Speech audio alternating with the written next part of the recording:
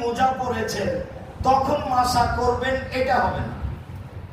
অজু করে যখন আপনি মোজা পরবেন তখন প্রয়োজন যখন হবে তখন মাসা করবেন। আর যখন প্রয়োজন হয়েছে তখন থেকে 24 ঘন্টা বাড়িতে থাকবেন। আর যখন প্রয়োজন হয়েছে তখন থেকে 3 দিন 3 রাত সফরে থাকবেন। পড়লেন তখন থেকেই 24 ঘন্টা শুরু, তা নয়। পড়লেন তখন থেকে 3 দিন 3 রাত শুরু হলো, তা নয়। এইবার যখন আমি মোজা খুলতে গেলাম তখন তিনি বললেন, না ছেড়ে দাও, খুলতে হবে না। আমি যখন মোজা দুটি পরি তখন অজু করে পরেছিলাম।